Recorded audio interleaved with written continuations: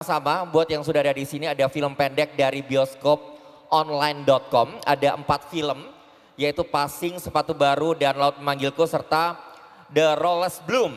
Dan film-film ini bisa disaksikan di bioskop online hanya dengan yang sangat terjangkau sekali. Harganya cuma Rp5.000, bisa diakses langsung melalui situs bioskoponline.com. Nah, kalau pengen detail di sebelah sana ada booth bioskop online dan di sini juga ada hadir presiden dari bioskop online. Nanti kita akan ngobrol-ngobrol dengan beliau. Baik, langsung saja kita akan berbicara mengenai The Art of Film Marketing. Kita sambut the one and only Mas Gary Nugroho. Silakan, dan juga telah hadir bersama-sama kita di sini ada Mbak Ajeng Parameswari selaku Presiden Bioskop Online. Tepuk tangan untuk Mbak Ajeng, dan acara ini langsung dimoderasi oleh Pak Hermawan Kartajaya. Silakan Pak Hermawan.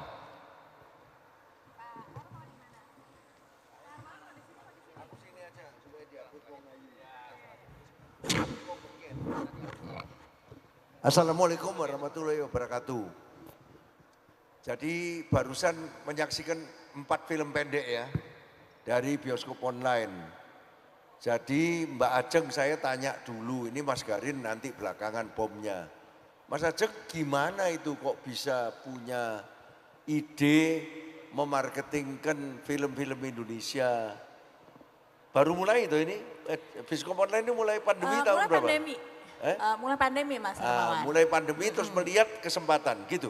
Betul, jadi waktu itu sebenarnya kan bioskop online ini adalah part dari Visinema Pictures. Nah kemudian waktu pas pandemi kita lihat salah satu revenue stream utama di film itu kan adalah bioskop. Nah waktu itu Italia lockdown, pada saat Italia lockdown kita udah lihat nih, ini pasti Indonesia kena. Jadi kita kumpul, apa yang bisa kita lakukan untuk nggak hanya untuk Visinema tetap supaya produktif, tapi juga untuk industri perfilman Indonesia gitu. Sehingga akhirnya muncullah ideation untuk mendirikan bioskop online gitu. Jadi kita bikin visibility study-nya, kira-kira apa nih? Karena kan sebenarnya pasti pertanyaannya adalah, oh udah banyak OTT gitu, apa yang membedakan bioskop online dengan OTT lainnya, itu kita juga cari. Makanya sebenarnya ideation-nya adalah bioskop online came up sama ide dibandingin subscribe tapi pay per view, jadinya bayarnya satuan gitu. Pay per view-nya antara berapa? Mulai dari 5.000 Mas. 5.000 sampai berapa? Sampai 35.000 tergantung. 5.000 sampai 35.000. Contohnya 35.000 film apa? Kalau 35.000 filmnya eksklusif di bioskop online. Jadi benar-benar film yang, dan biasanya tayangnya terbatas gitu. Terbatas itu maksudnya apa? Biasanya misalnya 2 bulan gitu. Itu, dan dia eksklusif di bioskop online 35.000. Tapi kalau misalnya yang 5.000 biasanya non eksklusif Mas. Jadi misalnya ada di beberapa platform lain gitu. Itu film-film yang sudah ada atau film yang baru? Ada film yang sudah ada, jadi filmnya udah tayang di bioskop, kemudian tayang di bioskop online. Ada film yang memang kita produksi khusus untuk bioskop online gitu. Kayak tahun ini kita akan produksi 2 originalnya bioskop online. Apa misalnya. Itu? Nanti. Oh, belum tidak diumumkan dulu supaya promosi kan. Kalau di yang art of film marketing itu belum keluar mesti diomongin dulu. Nah, Hollywood kan gitu ya, brek nanti keluar rame gitu. Iya, nah ya ini yang bisa diumumin nantinya. Tahun ini kan biasanya kalau kemarin-kemarin kita produksi khusus filmnya masuk ke bioskop online. Tapi tahun ini kita mau challenge teman-teman di bioskop online untuk filmnya juga tayang di bioskop Mas gitu. Ada dua bioskop online dulu barusan masuk bioskop atau bioskop dulu baru nanti bioskop online gitu. Tetap harus bioskop dulu ya supaya gengsi gitu ya. Karena ini memang secara desain kita pilihnya berbeda, bukan originalnya bioskop online, tapi kita benar-benar mau coba masukin ke bioskop dulu, baru kemudian nanti bioskop online. Jadi film panjang ya? Film panjang, judulnya nanti modalnya berapa film panjang itu? Film panjang modalnya lumayan Mas Garin. Loh, ini kan ngomong bisnisnya ini, hari ini enggak ngomong filmnya, ngomong bisnisnya. Beda-beda Mas, tergantung. Nah ini yang ini berapa? Kalau ini range-nya itu ya lumayan lah, Mas. Lumayan. Beda-beda, nih. tapi beda-beda Ya, Mas. ya, oke. Tergantung Nggak mau ngomong, nggak drama apa-apa. atau action atau apa ya toh Mas Garin? Mas Garin ini baru pulang dari Singapura karena tanggal 10 Mei Betul. ada show yang luar biasa, Samsara namanya. Ya, Samsara itu artinya katanya filosofi Buddha di mana pada waktu hidup ini harus baik supaya nanti jadi orang bagus lagi. Disponsori sama Singapura ya. Makanya pertunjukan pertama di Esplanade, nanti di Bali tanggal 16 Agustus. Nah, saya Mas Garin, aku mau tanya ini. Aku nonton layangan putus, maaf ini bukan di bioskop online, di Netflix, bukan layangan putus itu. WeTV, sampai orangnya WeTV ini tak panggil sama aku pengen kenalan. Ya apa dia bisa bikin penasaran se-Indonesia, iya toh?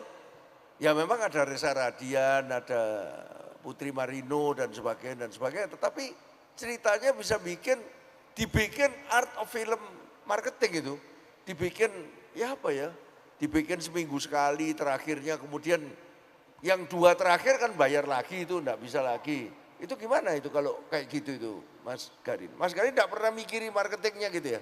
Bikin dong. Saya mikirin marketing, kalau enggak saya 40 tahun karier tidak akan hidup. Jadi gimana seorang seniman ngelihat marketing ini? Ya marketing kan sebetulnya seluruh kehidupan kita itu kan sehari-hari itu kadang adalah konsumen kita. Gaya hidup dan daya hidup orang itu konsumen. Jadi ada daya hidup, ada gaya hidup. Itu yang paling penting menurut saya. Kalau daya hidup itu lebih, wah itu berguna, itu berpendidikan. Tapi kalau gaya hidup itu ya lifestyle, relaksisasi gitu. Jadi film selalu berhubungan dengan daya hidup dan gaya hidup gitu. Nah kalau kayak WeTV misalkan, sejarah film itu kan dibikin ketika tahun 1900 kota-kota dibangun di Jawa gitu misalkan kan. Ada pabrik-pabrik, kenal istilah buruh, kenal istilah waktu senggang. Sebelumnya tidak ada, nonton wayang kan dari malam sampai pagi. Tapi begitu kota-kota dibangun, industri datang, kalau Pram kan bilang, sekrup-sekrup menggerakkan zaman gitu. Maka ada yang disebut waktu senggang, waktu relaksisasi. Nah hiburan muncul di era itu, mulai ketoprak, tidak lagi misalnya wayang orang 9 jam tapi 2 jam. WeTV atau sekarang itu ekosistem baru kan. Jadi setiap periode ada ekosistem media hiburan baru. Dulu hanya film dan TV, sekarang ada film, TV sama apa yang disebut dengan OTT, over the top itu kayak Netflix, bioskop online dan sebagainya, platform-platform baru. Itu kan apa? Dia sebut Netflix duluan karena dia tamu Indonesia. Tapi ini adalah OTT baru. Jadi tiap periode itu ada ekosistem baru yang sebetulnya menggrab buat ruang waktu senggang penonton ini. Yang tiap tahun berbeda. Maka kalau tadi misalnya ada film kok bisa orang penasaran, lalu ditentukan setelah berapa seri dibikin karena menghitung waktu senggang penonton dan juga apa yang disebut waktu segala-galanya layar. Jadi inilah era segala-galanya screen. Ya. Handphone screen, di kamar kita, laptop kita screen. Billboard screen. Billboard screen. Dan segala-galanya naratif. Jadi jadi manusia itu pada awalnya selalu homo naratif dan simbolikum. Itu adalah sumber ekonomi market dari seluruh hiburan dunia. Naratif dan simbol. Naratif dan simbol itu dimasukkan ke dalam waktu senggang penonton kita. Orang butuh bercerita lewat screen sekarang semuanya. Oleh karena itu sekarang itu tiap periode, tiap 10 tahun berubah nih. Apa yang disebut jalur-jalur hiburan dan apa yang disebut jalur-jalur untuk marketing itu berubah banyak sekali. Maka kayak ada WeTV atau bioskop online atau apapun, mereka punya apa yang disebut model-model bisnis yang ingin mengelola waktu senggang dengan budaya yang disebut tadi, budaya segala-galanya screen, segala-galanya naratif dan visual yang disebut bersimbol. Handphone itu visual yang bersimbol kan. Mau bayar ada tandanya, mau ngajain cajo tinca ada tandanya, mau ini ada tandanya. Maka bagi saya setiap orang yang mampu membaca ekosistem baru ini, segala-galanya screen dan mengerti waktu senggang yang tumbuh berbeda-beda, maka dia akan menemukan apa yang disebut rumus-rumus marketing yang sangat banyak formulanya. Dan pasar sangat banyak, ada yang pasar populer, pasar heritage, dan ada yang pasar alternatif. Tiap manusia menurut saya punya 3 hal itu dalam dirinya. Dia ingin nonton yang populer, gitu. Tapi aku ingin yang alternatif dong untuk diri saya sendiri. Tapi aku juga ingin istilahnya itu vintage memory ke masa lampau. Jadi hal-hal inilah yang menurut saya jadikan pegangan untuk saya membuat karya. Jadi kayak Samsara di Singapura adalah karya yang lebih alternatif. Apakah ada pasarnya? Ada. Manusia makin ekonominya tinggi, makin ingin memilih sesuatu yang berbeda. Alternatif dari ya. Gitu. Kira-kira semacam itu. Jadi saya cerita, saya ini dari Akropolis. Akropolis itu Yunani kan, tahun lalu. Mas, aku kepingin Mas Garin bikin itu. Filmnya film bisu, tetapi kemudian musiknya live. Campur bareng. Nah, Akropolis kan terbuka gitu ya. Nah, aku harus bikin katanya, Samsara katanya. Ya ini betul-betul tanggal 10 Mei barusan ini. Sukses ya, aku lihat video yang dikirim itu banyak sekali yang nonton. Itu Singapura Mas, alternatif kayak gitu. Kalau dimainkan di Indonesia apa? Yo banyak itu alternatif kayak gitu. Sebetulnya menurut saya kelas menengah kita kan hampir tumbuh besar ya, kelas menengah kita. Dan kemudian kelas menengah itu selalu ingin punya gaya hidup yang berbeda pula. Alternatif. Alternatif. Dan kemudian seni itu menjadi bagian gaya hidup dan gengsi. Jadi kalau dia sekarang punya rumah, kalau nggak ada lukisan, kurang gaya nih. Malah nggak ngerti beli lukisan. Nggak ngerti apa-apa kan gitu. Jadi kalau mal-mal ini semua adalah, segala-galanya adalah seni sebenarnya. Segala-galanya estetik gitu. Ya. Dan ketika tumbuh masyarakat gitu, mungkin film-film alternatif meskipun pelan-pelan akan tumbuh. Itu alternatif. Alternatif laku enggak di ini? Di mana? Di bioskop online. Bioskop online. Pasti ada penontonnya, Mas. Jadi di bioskop online itu satu, justru sekarang kalau kita lihat trennya di bioskop online itu kita sangat kuat di film-film yang berbasis komunitas. Abis Populer itu, kan maksudnya. Kalau dia kan ada 3 populer, vintage sama yang alternatif ini yang kalau di sana kalau pakai kategorinya beliau itu sebetulnya yang paling laku apa? Yang jadi duit di bioskop online. Oh iya, kalau yang paling laku dan mudah Yang ya sebenarnya populer. masih yang populer gitu. Tapi tadi tren-tren baru yang muncul adalah film-film daerah, itu juga ternyata masuk alternatif lain gitu. Populer daerah atau heritage daerah atau alternatif daerah? Populer daerah. Populer daerah. Kalau Mas Garin enggak mau ini bikin yang populer ya. Karena kalau di marketing itu kan gini. Jadi yang penting itu kita mau masuk satu kolam, dilihat dulu kolam itu. Sudah banyak enggak pemain di kolam itu? Kalau pemainnya terlalu banyak, ngapain kita masuk kolam itu? Bikin kolam sendiri, kolam alternatif. Filmnya beliau kan selalu luar biasa. Ya film alternatif itu tadi. Gimana? Mas Garin pernah bikin film populer? Sebetulnya kalau di Jawa kan ada tanaman tumpang sari ya. Tumpang sari adalah menanam di satu ladang, ada padi, ada kangkung, bahkan ada ikan. Padi kalau zaman dulu 6 bulan baru panen, ya kan. Kangkung 2 minggu bisa panen. Ikan untuk persediaan. Saya hidupnya dari itu tadi tumpang sari. Jadi ada karya-karya yang memang jangka panjang dan alternatif kayak Samsara. Tapi ada karya-karya populer saya. Ada. Banyak sekali, misalnya kayak iklan dulu Inga-Inga. Oh, Dilihat di iklan. Rabat di Terawang, kemudian iklan gudang garam itu populer. Oh iklan ya. Lalu karya-karya yang sekarang untuk pendidikan pemilu itu populer, yang diputar di bioskop online. Nah 3 ini yang alternatif itu anggaplah padi, yang kangkung-kangkung itu yang populer ya, yang ini ya. Memang untuk mendukung kehidupan ya sistem saya adalah bisnisnya modelnya adalah model gaya Jawa zaman dulu, tumpang sari. Gitu. Jadi model 3 gitu ya. Ya. Satu tapi yang bergengsi Ya, yang ya, alternatif ya, pasti. Heeh. Nah, walaupun enggak oleh duit enggak apa-apa. ngono. Ya. Ya. Ya. Ini kan Samsara susah tuh Ya, dapat betul. duitnya, Ya. tapi yang populer ini dapat duit langsung. Ya betul. Biasanya yang alternatif itu kalau pendapatan hanya 25% dibanding kalau kerja industri populer. Gitu ya. Uangnya kita akan mendapatkan sekitar, tetapi values-nya tinggi. Jadi ada values-nya tinggi. Values itu membuat saya bisa diundang ke festival-festival, ngajar. Itu juga nilai-nilai. Itu karena dan values itu. Ya karena values. Kalau value, duit. Uangnya langsung. Value bisa saja kita populer sekali, dapat uang banyak, penontonnya banyak, tapi lalu tidak jangka panjang bisa terjadi. Karena pasar sangat kompetitif ya. Sekarang marketing yang terbaru itu, nah ini enggak usah percaya sama saya ini. Marketing yang terbaru itu menurut saya menjelang 2030 itu values dulu. Nanti value itu ngikuti.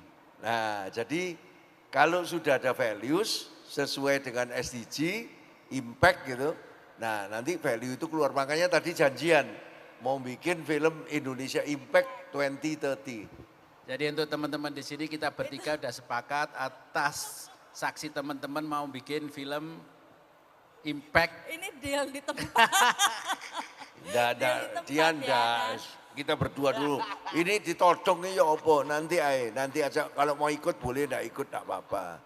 Tapi aku tanggung kalau Indonesia Impact 2030 pasti value akan datang sendiri. Mbak Ajeng sekarang di bioskop online. Ini kan kalau saya dulu bilang sebagai orang marketing, ini jangan diharapkan sesudah pandemi selesai, itu akan balik persis seperti pre-pandemi. Ya toh, ada sekolah vokal di Filipina, Mbak. Yang waktu pandemi itu seneng dia malahan. Untungnya banyak.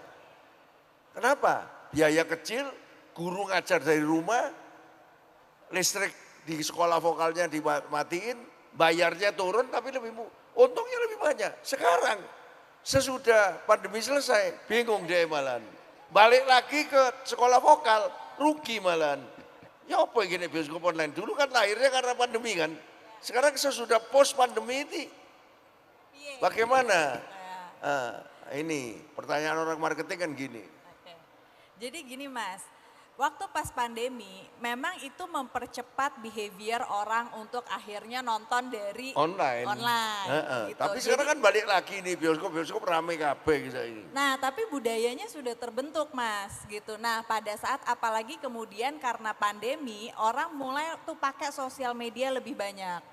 Sehingga ketika orang-orang udah mulai kebentuk behaviornya dari nonton dari gadget, kemudian mereka share sosial media. Sekarang itu orang kalau nonton itu semuanya based on recommendation.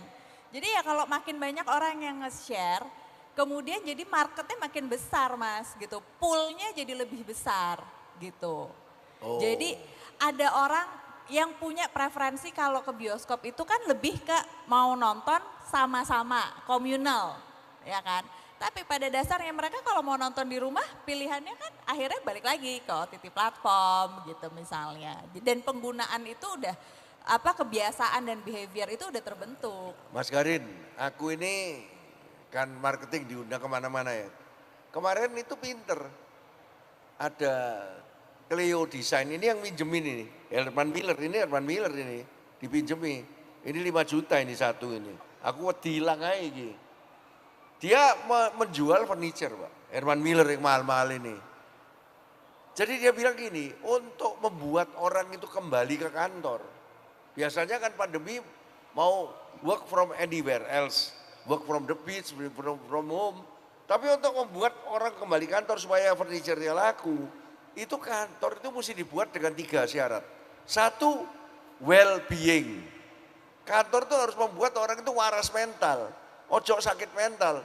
Kalau nonton sendirian itu di rumah kan sakit mental. Ngomong sama siapa? Kedua, kantor itu mesti mendukung connectivity. Jadi ngelihat orang itu, orang itu kan tetap butuh orang lain. No? Yang ketiga change. Jadi orang itu seneng kantor sekarang itu duduk di sini pindah sana, ada sofanya, ada apa.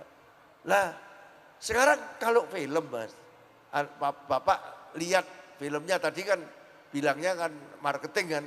Marketing itu berarti kita membuat untuk segmen yang ada value-nya kan.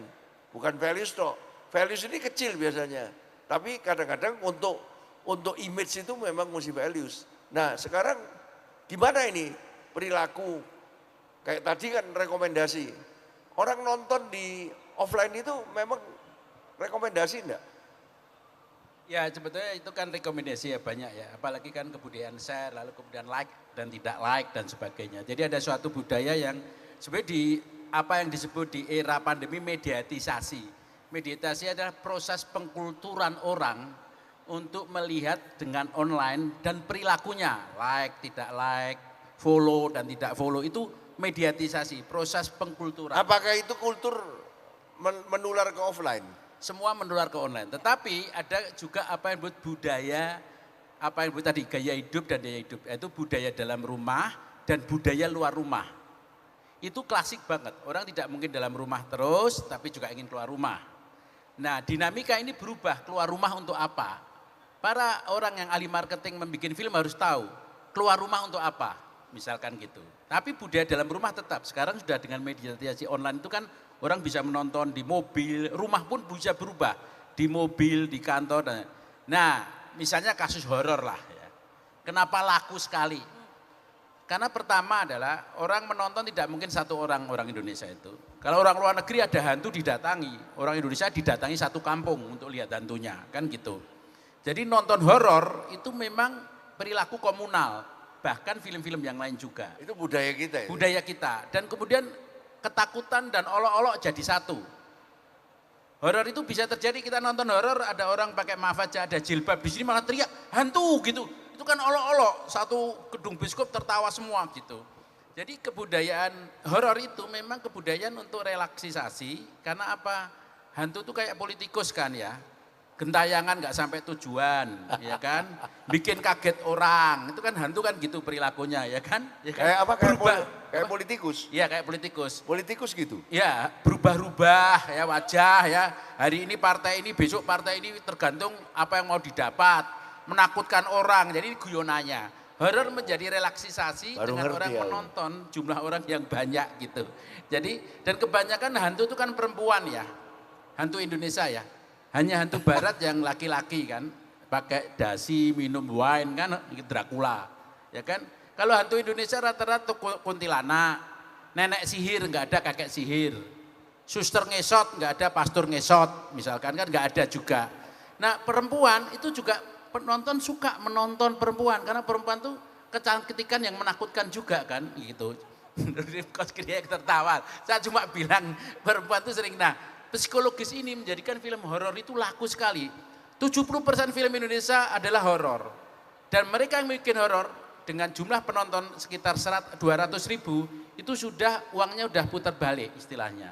Nah ini contoh bagaimana wilayah sosial, wilayah waktu senggang, baru, wilayah keluar rumah itu ditanggapi oleh film untuk menjadi bagian relaksisasi, kumpul bareng, dan bagian dunia di luar rumah gitu.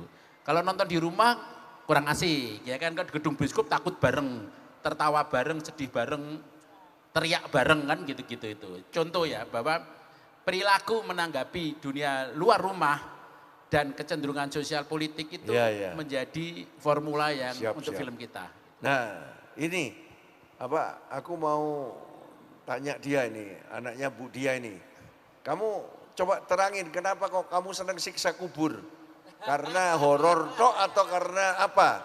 Coba kasih handphone sampean, kasih mikrofon. Dia senang siksa kubur. Apa karena menakutkannya atau kayak perilaku politikus atau karena apa? Ini kesuwen. Ayo. Siksa kubur. Kenapa siksa kubur Joko Anwar? Ini senang siksa kubur. Ya, perkenalkan saya Mova, saya emang senang nonton filmnya Joko Anwar dari Pengabdi Setan 1, itu emang serem banget.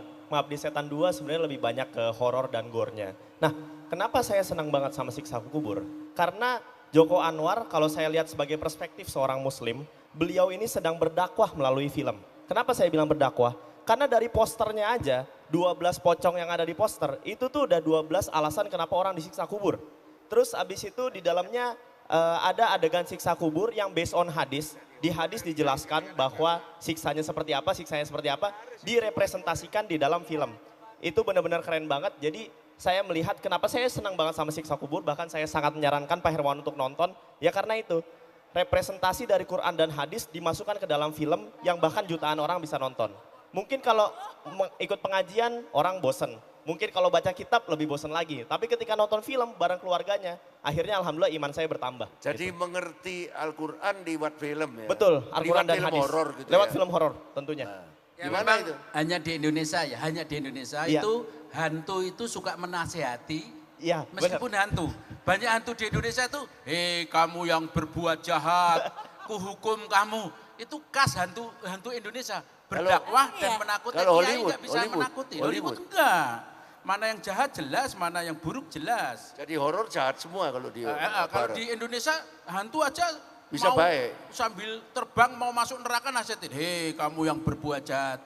Kiai belum tentu bisa nasihati, Itu menakuti. kreatif kan, kreatif Ya, kan. dan Joko Anwar memang punya dua hal yang lain ya, Iya, kemampuan estetika ya kan dan kemampuan drama. Jadi antara nilai-nilai itu, nilai-nilai agama dan mistik ya, kemampuan estetika dan itu memang sangat kuat. Nah Korea bisa laku dalam riset dari Cina karena ada nilai-nilai Konfusianismenya. Apa? Konfusianisme. Konfusianisme. Ya, misalnya hormat pada orang tua, pada kakak, yang bisa juga dijual.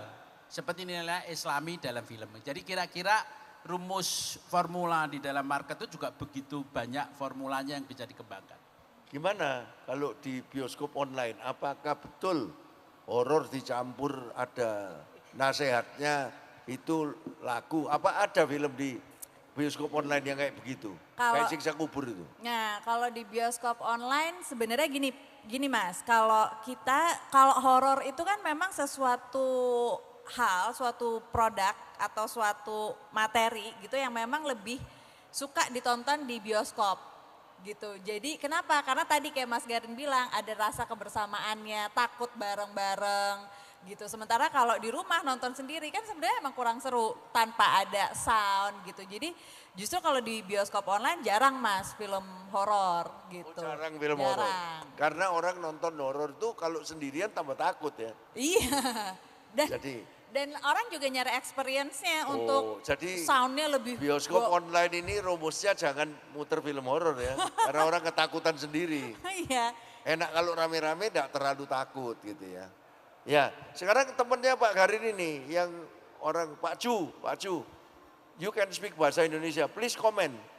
How do you see as an American to Indonesian movie industry now? Please stand up, so everybody can see you. Tepuk tangan dong untuk Pak Tes, Ju, tes. orang Amerika yang tinggal di Bali. Halo. Ya. Selamat duduk.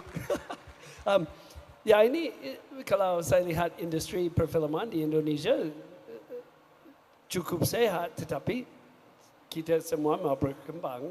Ya bagaimana berkembang itu yang susah. Kalau kita bicara tentang marketing, kalau teman-teman di sini mau bikin film sendiri dan mereka mau menjadi independent filmmaker, ya bagaimana? Itu yang susah ya. Jadi saya selalu pikir, oke, kalau kita mau bikin film yang kita mau orang nonton, bagaimana apa yang kita harus urus supaya itu bisa terjadi. Sepertinya kalau horror itu selalu ada pasar. Tapi kalau di luar horror bagaimana? Dan kalau di horror bagaimana kita akses pasar itu? Lewat social media, lewat ini, lewat itu. Ya saya selalu pikir begitu, bagaimana kita bisa berkembang. Dan lebih susah kalau filmmaker yang independen seperti Mas Garin.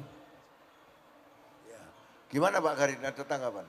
Ya betul ya, kalau teman-teman mau bekerja untuk yang alternatif independen ya dengan kesadaran ya bahwa itu akan lebih susah, bekerja lebih banyak, berpikir lebih banyak karena marketnya kecil. Kemudian kalau di luar negeri ada yang disebut strategi budaya kayak di Eropa. Strategi budaya adalah orang Eropa misalnya film-film di Cannes sekarang dan dia itu kan tidak laku ya sebetulnya. Tapi dia mengambil pajak dari yang disebut kebutuhan ketiga kayak mall, pertunjukan besar, pajaknya diberikan untuk kebutuhan pertama. Kebutuhan pertama itu film seni ya, pendidikan, lalu kemudian taman-taman. Karena apa? Anak-anak akan tumbuh sehat kalau kebutuhan pertama, pendidikan, seni, teknologi, pengetahuan itu gratis ataupun dibikin dengan biaya murah tapi bagus.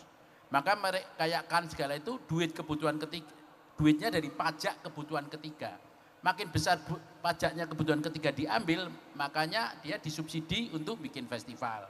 Maka kalau saya bikin ini kayak opera Jawa, itu dari 5 negara di Eropa.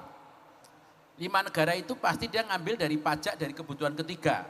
Untuk kebutuhan pertama, film seni saya. Tapi pajak itu uangnya mengalir 2, untuk membuat film dan untuk distribusinya.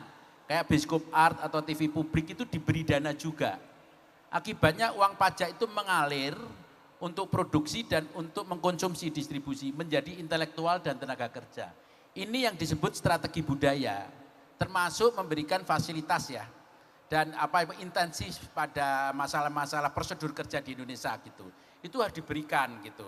Kalau tidak ada strategi budaya seperti ini, maka perkembangan film tidak akan sampai pada perkembangan yang terbaik karena tidak ada sistem strategi budayanya. Itu cara berpikir, bertindak lewat hukum, lewat pengambilan keputusan yang berbasis pada pergerakan keuangan dan kebijakan ke depan dari suatu negara. Keren, keren. Aku kagum sama Mas Garin ini bukan cuma ngomong pembuatan film, tapi bisa ngomong industri film dan kebijakan film yang seharusnya itu kayak apa. Dari audiens ada yang mau komentar atau tanya atau apa, silakan loh. Ini silakan, ayo. Bismillah. Selamat siang. Perkenalkan, nama saya Rendra dari kincir.com. Mau nanya buat Mbak dan Mas Garin dari sudut pandang marketing dan juga industri film. Kan sekarang ini lagi ada film yang lagi viral banget.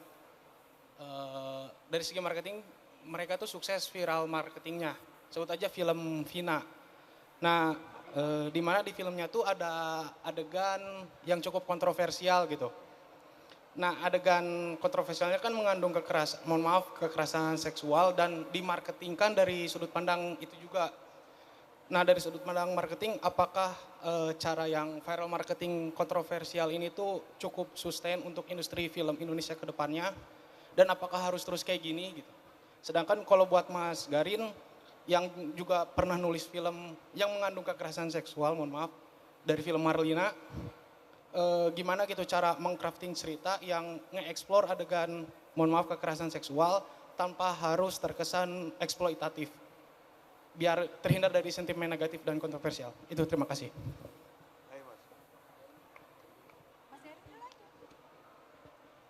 Oke. Jadi gini, memang pada saat kalau kita berbicara tentang marketing ya gitu ya, memang pada saat kita memarketingkan sebuah film atau bahkan sebuah produk kan memang yang perlu kita telaah adalah bagaimana marketnya gitu kan. Dan ujung-ujungnya kesuksesan film marketing itu kan adalah mengembalikan kunci utama finansial terhadap produksinya gitu. Kalau misalnya ditanya apakah harus terus-terusan begini, sebenarnya di mana ada demand di situ kan, di mana ada demand di situ ada supply ada demand gitu ya. Sebenarnya pinginnya memang nggak sampai sejauh itu, nggak dipush sampai sejauh itu gitu. Tapi sadly memang saat ini ya mau nggak mau gitu kan, marketnya di situ yang work seperti itu gitu. Jadi di beberapa production house atau bentuk ya mungkin jadinya larinya seperti itu. Tapi my point adalah sebenarnya masing-masing kanal itu mempunyai bentuk dan target segmen yang berbeda-beda. Dan sebenarnya masing-masing kanal, baik misalnya di sosial media gitu, di sosial media kita punya YouTube, kita punya TikTok, kita punya Instagram, itu kan men-serve market yang berbeda gitu. Jadi kemudian bagaimana bisa meng-customize masing-masing market ini sih kalau aku bilang gitu. Silakan Mas. Ya, kalau dari saya sebenarnya ada 2 kata ya. Pertama, profesionalisme pada produk itu sendiri. Jadi kalau Anda nonton Korea, ya mereka profesionalisme bahkan di dalam storytelling ya. Anda terharu, menangis, dan mereka tahu betul kode etik hiburan. Mana yang boleh dan tidak tahu. Self untuk sensorship pada penciptaan itu tahu betul. Oke. Oleh karena itu, pasarnya itu menjadi pasar profesional mereka yang ingin menonton hiburan yang memang proper gitu kan. Yang kedua, perlombaan pada isu dan tren. Tetapi perlombaan pada isu dan tren yang viral ini hanyalah tambahan sebetulnya. Maka kalau Anda nonton film Korea yang diomongin tidak selingkuh terus walaupun ada adegan selingkuhnya. Tapi nonton apa yang disebut drakor drama opera sabun Indonesia lah. Itu cerita apa saja yang diomongin selingkuhnya, viralnya gitu. Maka pernah ketika saya diminta oleh salah satu production bilang, Mas Garin gimana soal industri OTT ya yang sekarang, saya bilang ya marak, penonton banyak ya, tapi hanya pada tingkat itu, viral, isu gitu itu, ya kan. Tapi kalau ditanya untuk mengalahkan Korea ada dua, satu profesionalisme di dalam storytelling, mengembangkan cerita, dan kalau main bola itu main bola yang bagus dulu, soal ganteng pemainnya ya nanti gitu, kalau di Indonesia gantengnya dulu, mainnya belum tentu bagus kan gitu. Pemain voli, ganteng cantik-cantik kemasan bajunya, tapi nggak dilihat pemainnya kan gitu. Oleh karena itu menurut saya untuk jawaban yang tadi soal film itu, dilema di Indonesia isunya adalah pada kemasannya saja. Padahal apa yang disebut industri hidup dari profesionalnya dulu, kemasannya adalah nilai kecerdasan membangun kemasan gitu loh. Nah profesional ini kalau misalnya dokter lah dalam seri kita ya, dokter-dokteran nggak pernah meriksa terus, cuma alat-alat aja di belakang kan gitu. Kita nggak pernah ada profesi di dalam seri-seri kita. Profesi tidak di Korea kalau jadi ahli hukum tokohnya kita tahu betul kan. Maka ibu-ibu Indonesia bilang, aku kalau nonton Korea itu terhibur, itu strategi di dalam membangun skenario dan storytelling. Tapi aku juga mendapat pelajaran berbagai profesi. Tapi aku juga dapat nilai-nilai konfusianisme, respect pada orang tua, pada kakak, pada ini dan sebagainya. Dan kemudian kemampuan untuk membaca apa yang disebut psikologi massa dari penonton. Kalau dulu satu isu ya, itu dikembangkan 12 seri, 24 seri gitu. Tapi Korea pinter, sekarang dalam satu seri sudah satu isu dok. Tidak dibertele-tele sampai berbagai isu gitu kan. Gitu. Jadi dia mengembangkan grafik apa yang disebut psikologi massa pada tontonannya, berbasis ruang sosial masyarakatnya. Jadi itu yang menurut saya persoalan kita adalah persoalan itu terbesar pada tontonan kita gitu. Pertanyaan kedua saya lupa saking bingungnya tadi itu. Pertanyaan kedua apa tadi? Ya cara membangun cerita yang bisa dibilang isunya tuh kontroversial tapi bisa terhindar dari sentimen negatif penonton ketika menikmati produk kontennya. Ya. Oke, pertama kalau kontroversial Anda harus tahu betul tujuan film itu bukan untuk kontroversial. Tujuan film itu untuk apa? Misalkan saya muslim haji bikin film Sugio Pranoto. Karena apa? Karena memang film-film yang minoritas tidak pernah ada dan itu diperlukan gitu. Dan itu hak dari negara yang multikultur. Jadi kita tahu betul hak dan kewajiban membuat film itu satu, ya. Kemudian tahu resikonya. Kalau saya udah tahu resikonya, bikin Kucumbu Tubuh Indahku, 5 provinsi kemudian menyetop gitu ya. Kemudian di satu daerah FPI misalnya nyetop saya kan gitu. Ya kita jangan kompromi karena film saya udah lewat sensor. Ketika film lewat sensor, kita katakan saya mematuhi undang-undang negara ini. Jadi tidak boleh ada satu orang pun, satu suku pun, satu agama pun mengadili karya saya karena saya sudah lewat prosedur hukum. Nah, ini yang harus dikatakan pada pihak-pihak yang ingin misalnya lalu mempengaruhi film itu, gitu kan gitu, untuk tidak nonton dan sebagainya. Protes, demo itu bebas, tapi tidak mengadili sebuah tontonan. Oleh karena itu yang terakhir saya ingin katakan, zaman ini Anda mencegah satu film nggak ada gunanya, karena di media sosial bisa tumbuh di mana-mana kan, bisa diakses itu, anak-anak kecil bisa akses tontonan apa. Yang diperlukan adalah self-censor seperti baik pembuat film ataupun penontonnya, kira-kira itu. Terima kasih. Nah, Mas Garin, kalau ngomong kontroversial, sekarang aku ngomong screen dalam arti kecil ya. Aku ini kan di Instagram, Hermawan_Kartajaya_, lihat aja. Followernya cuma 26.500, kemarin 24.000, sekarang tahu-tahu jadi 26.500 dalam waktu 2 hari. Kenapa? Aku lah heran dong. Biasanya mau naik 100.000 aja angel ya toh. Nah aku ini percobaan. bikin konten ini, mana yang bisa naikkan. Akhirnya ya ini yang kontroversial ini, karena aku pergi ke yang punya Herman Miller ini, yang jualan ini, dia tunjukkan ini ada meja yang harganya kayak satu Alphard. Kontroversial ini. Terus kemudian ada ruangan CEO yang dibangun, katanya kalau mau tak bangunkan ini bisa 2,5 M.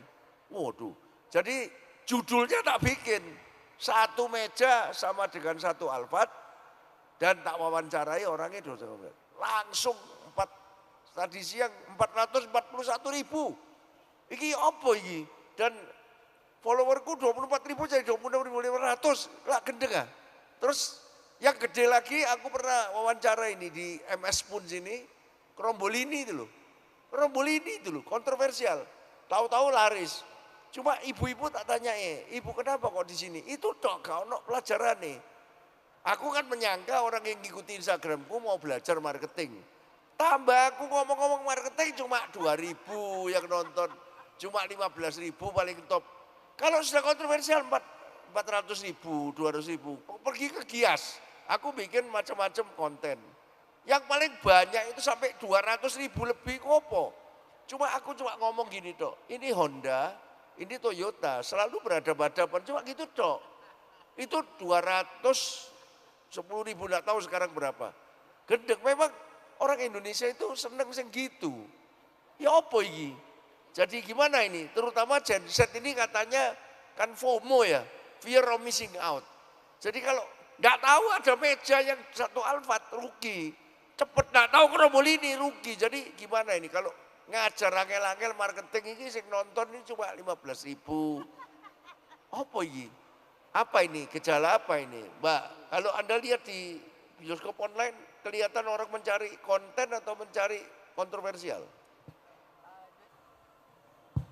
Dua-duanya Mas, cuma maksudnya gini, mungkin sekarang itu adalah karena informasi itu kan sangat banyak dan sangat mudah diperoleh gitu. Makanya kenapa sih kontroversial itu kemudian jadi gampang dan lebih gampang di follow atau misalnya orang jadi cepetan klik gitu. Karena ya tadi dia highlightnya besar terus udah gitu engaging, jadi dari informasi yang banyak ini kemudian jadi ke highlight gitu loh Pak. Tapi kan bahaya.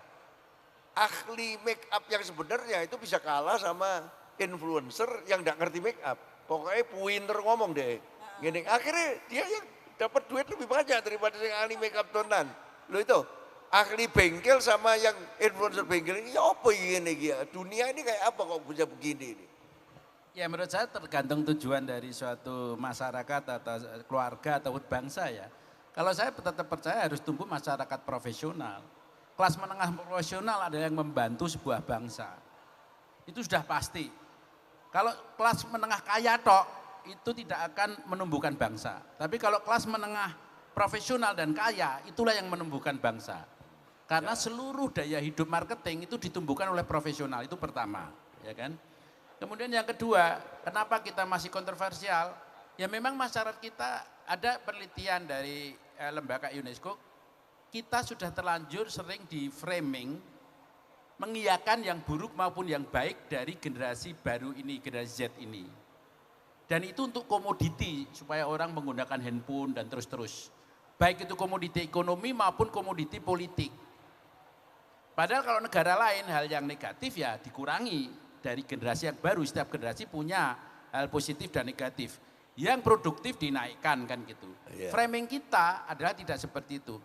Menjadi hingar-bingar tapi tidak produktif dan tidak tumbuh di dalam suatu skala tapi penuh harapan, tapi riuh, tapi rendah sebetulnya. Oleh karena itu kalau kita lihat, kalau di negara lain malah timbul diet teknologi. Sekarang sedang musim nih, diet teknologi. Bahkan mengatakan hidupmu tidak hanya di handphone saja, di dunia maya. Hidupmu itu di dunia nyata dulu, dunia maya itu menghidupkan kamu. Kalau kamu main bola bagus dulu. Jangan bikin konten kamu main bola yang masih buruk kan gitu. Kalau kamu hidup di environment, ada kritikus terkenal dari Guardian ngomong sama saya. Garin, kenapa kamu pakai handphone terus? Saya bilang di Indonesia kalau nggak ngisi Instagram dikira kita nggak hidup. Ya. Kata dia, gila negaramu, kata dia. Saya kritikus, ya hidup dari tulisan kritik. Media sosial dari festival mau menyebarkan, menambah, memperingan, itu urusan dia, bukan saya harus hidup di situ. Kalau saya ahli environment di hutan, menjaga hutan, saya hidup di situ, bukan hidup saya membuat konten. Akibatnya framing yang salah itu menjadikan seluruh nilai kita itu dari dunia maya itu. Jadi Pak Garin enggak punya Instagram, enggak punya. Saya punya Instagram, harus ngisi. Kalau di Indonesia enggak ngisi Instagram, dikira kita enggak laku hidupnya, gitu kan. Tapi diisi apa? Konten, Ya, enggak ada yang kontroversial, enggak ada kontroversial. Aktivitas saya, say hello lucu-lucu. Tapi maksud saya adalah hingar-bingar riuhnya teknologi itu harus dibarengi dengan riuhnya produktivitas dan kreativitas gitu. Kalau tidak, bangsa ini hanya hidup di dunia maya aja, tidak pernah di dunia yang nyata gitu. Misalnya kayak saya bikin Samsara, karena saya tahu betul di beberapa kota di Eropa kayak di London, orang lebih menonton teater karena bisa berhadapan langsung daripada nonton dunia maya. Maka saya bikin film Samsara itu antara panggung dan film jadi satu. Iya, itu keren memang. Jadi aku nonton di Akropolis itu langsung bilang sama beliau, aku lihat di Akropolis itu filmnya film bisu, tetapi musiknya musik live, nyambung ini. Nyambung. Aku nonton itu di festival art, terus aku langsung bilang, Mas, loh aku lagi bikin ini katanya Samsara. Aku rotok gak percaya gak jadi, tapi tenan saya ini sebelum Mei. Sorry loh, kok cepet gini. Ada yang bayari orang Singapura. Jadi kita tahu toh kebesaran Mas Garin. Tepuk tangan dong Mas Garin ya. Ini bukan tokoh film biasa, bukan tokoh yang mengejar kontroversial toh, tapi kontroversial perlu untuk duit, Mas. Iya toh. Katanya tangan kiri untuk kritik, tangan kanan untuk kerjasama, tangan tengah untuk menertibakan. Jadi kiri kanan, jadi ada yang alternatif tadi untuk image, tapi ada yang laris, ada yang ini. Terakhir, ini kita mesti selesai jam 2 karena ada acara lain, masihan sampai jam 9 malam. Dari bioskop online, rencana ke depannya lebih banyak membuat film sendiri atau pakai filmnya orang. Oke, jadi sebenarnya kalau di bioskop online kita tuh juga pengen berkolaborasi Mas sama banyak filmmaker juga yang juga baru, termasuk salah satunya sama Mas Garin gitu. Nanti di tahun ini kita akan mulai 2 produksi untuk film bioskop, ada Ambiar sama Kami Bukan Sarjana Kertas. Enggak, kita kolaborasi dengan filmmaker lain dan kemudian ada 2 originalnya bioskop online juga gitu. Jadi kita akan mulai Kenapa itu lebih menghasilkan value, menghasilkan duit? Di satu sisi iya dan memberikan kesempatan untuk industrinya Mas. Maksudnya kan industri ini perlu ada regenerasi gitu. Kalau semuanya kayak Mas Garin kan enak ya kan. Ada yang muda-muda juga punya visi yang sama Mas Garin, industri kita cepat majunya Mas gitu. Iya, menurut Anda yang muda yang bisa nyusul Mas Garin siapa? Banyak Mas. Banyak ya. Kalau enggak punya kesempatan, enggak ada yang memberi kesempatan, enggak akan timbul. Ya, terima kasih Mas Garin atas kehadirannya untuk memeriahkan Jakarta Marketing Week yang ke-12 ini. Ini sudah 12 kali di sini terus ini. Nanti hari terakhirnya seru banget. Ada Dirut Bank Mandiri, Lecture of the Year sini. Kemudian ada LSPR, ada Abang None Jakarta, ada Beatles Night. Tanggal 19 malam. Kenapa Beatles Night? Karena orang tua seperti saya seneng, tapi anak-anak muda juga seneng. Aneh ini sekarang ya, aneh ini. Ya, terima kasih Mbak Ajeng, terima kasih. Ya, saya kembalikan ke Tinus. Baik, terima kasih. Sekali lagi berikan tepuk tangan untuk Mbak Ajeng dan juga Mas Garin. Dan jangan kemana-mana terlebih dahulu. Kita ada Certificate Appreciation kepada Mbak Ajeng dan juga kepada Mas Garin. Minta tolong Pak Hermawan berkenan untuk berikan Certificate of Appreciation Pak Hermawan. Dan saya lagi buat teman-teman yang ingin bertanya mengenai bioskop online di Mosaic Walk, di sana ada booth bioskop online. Bisa tanya-tanya mengenai bagaimana subscribe-nya seperti apa kalau misalnya ingin berlangganan ya Mbak ya. Oke, baik. Dan jangan lupa sesaat lagi masih banyak sekali sesi-sesi menarik di D3 Jakarta Marketing Week 2024 di Sport Day. Nanti malam ada pamfit bareng-bareng di sini. Tapi silakan menyaksikan seseruan barengan nama kita. dan juga akan berbagai macam aktivitas yang menarik sampai hari kelima. Baik, terima kasih sekali lagi berikan aplaus untuk Pak Hermawan dan juga untuk Mbak Ajeng dan juga Mas Garin. Nah, untuk lebih detail lagi mengenai bioskop online kita saksikan yang satu ini.